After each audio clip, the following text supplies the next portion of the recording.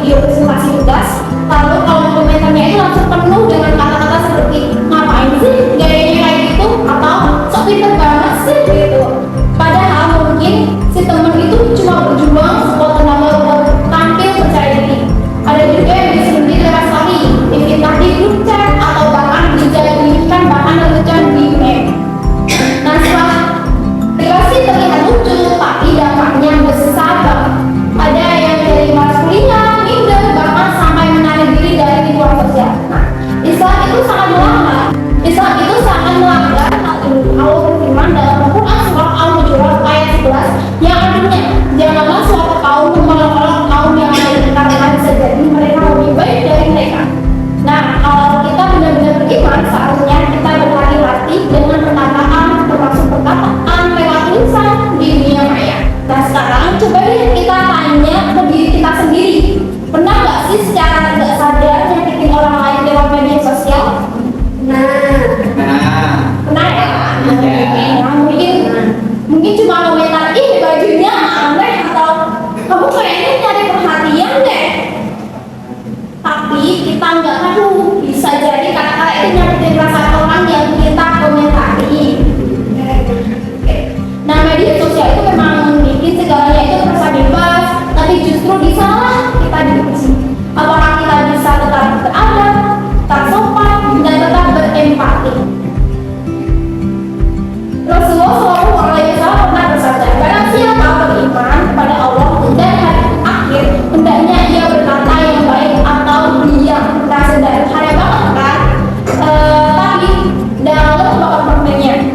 Kadang kita nggak sadar nih, jadi ini itu bisa jadi sumber pahala, tapi juga bisa jadi penyebab dosa. Semua tergantung dari apa yang kita tulis dan bagaimana niat di balik tulisan itu. Nah, mulai sekarang, yuk kita belajar untuk lebih berhati-hati. Kalau mau berkomentar, pikiran dulu apa kata-kata ini itu mau membawa manfaat, apa orang lain akan senang dengan atau malah tersakiti. Nah, kalau ragu lebih baik diam aja, karena dia bukan berarti kalah, tapi tanda kita dewasa dalam menyikapi sesuatu. Kalau aku hari-hari ini sudah baca cerita tentang seorang mahasiswa di Yogyakarta yang jadi korban cyberbullying setelah videonya viral di TikTok. Nah, awalnya itu dia tuh cuma bikin konten lucu-lucuan, tapi malah diserang di bawah komentar negatif. Ada yang menghindar penampilannya, ada juga yang bilang dia cari perhatian. Akhirnya mahasiswa itu terberat, menutup akun, dan bahkan menarik diri dari pergaulan. Nah, bisa dibayangin nih ya, hanya karena komentar seseorang itu bisa menghilangkan semangat dan kepercayaan dirinya. Nah, dari kasus ini tuh kita belajar bahwa cyberbullying itu bukan hal sepele, dan solusinya itu bukan cuma jangan baca komentar, tapi juga tentang bagaimana kita semua itu harus lebih peka, lebih empatik, dan lebih bertanggung jawab dalam menggunakan media sosial. Gitu ya. Nah, kemudian mungkin kita bisa nih sharing-sharing sedikit dari kalian, ada yang pernah ngerasain jadi korban cyberbullying atau bahkan jadi pelaku gitu. Pelaku. Jadi korban. Kalian jadi korban. Oh, bisa dong kalian sharing satu persatu semuanya, coba ceritakan. Saya dulu pas kerja di teman saya kasih Ya, teman saya gitu sedang melakukan kerja bakti bersama teman-teman. teman-teman saya itu memberikan potongan kambing ke teman-teman saya gitu ya. Kalau boleh tahu maksudnya itu apa lagi? Itu kalau aku kan itu cuma bercandaan doang, tapi dia maksudnya itu pembulian. Oh begitu. Iya. Wah, lain kali jangan begitu ya mas. Iya.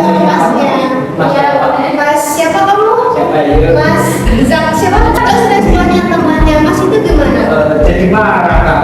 Terus Masnya itu minta maaf atau gimana sama kamu? Enggak, kan kalau zaman dulu itu kayak mau minta maaf itu gengsinya gede Kak. Gengsi. Iya, gengsi. Nggak perlu minta maaf. Enggak perlu minta maaf. Oke.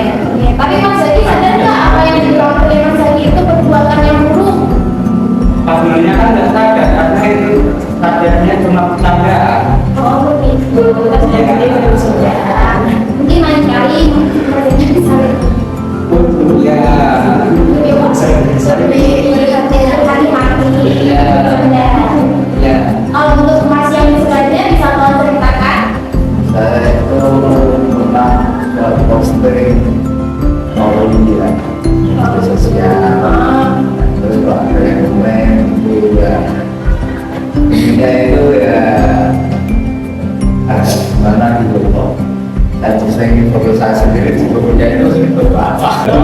Tanggapan Mas, maksudnya bagaimana? Apakah Mas saya itu merasa sakit hati? Ya setelah saya cek akunnya ternyata aku teman saya sendiri. Ya saya mah saya sudah apa gitu ya, kontennya itu ada dicatat. ya saya tidak saya mengingat ini mau posting video, mau posting fotonya, terus kan ini yang di terus komennya itu rasukan masa anak kemarin posting Bagaimana cara Mas saya itu menanggapi perkataan itu? Ya kalau itu saya cek dulu mbak. Ya, terus bagaimana perasaannya? Ya kalau perasaan saya sih ya agak tersakiti lah ya, masa visi saya juga seperti itu. dia masa selfie yo dikira dia mau posting Apa jadi selami kan selfie mukanya loh. Oh, maksudnya berarti cewek cowok gitu. Enggak, maksudnya itu bukan mukanya kayak eksis. Maksudnya dia mukanya masa disamakan sama anak orang. Oh, Ya, kirain cuma Iya, bilangnya jenis ya. tak kirain ini jadi cewek gitu. Nah, jadi mukanya kayak orang sini Oh, mungkin dulu masnya kan rambutnya panjang gitu. Nah, lalu apa yang bisa kita lakukan untuk menghindarinya? Yang pertama, belajar menahan diri. Kalau melihat sesuatu yang nggak kita suka, nggak harus dikomentari, tapi bisa kita skip atau bisa kita report, gitu ya. Yang kedua, gunakan media sosial untuk kebaikan. Misalnya, kita bisa share kata-kata motivasi, konten dakwah, atau hal-hal positif yang bisa menginspirasi orang lain. Ketiga, jadi teman yang peduli. Kalau ada teman yang sudah menjadi korban cyberbullying ini, jangan malah ikut diam atau menonton. Ajak ngobrol, beri semangat, dan bantu dia merasa nggak sendirian. Nah, kemudian jadikan media sosial itu sebagai sarana dakwah.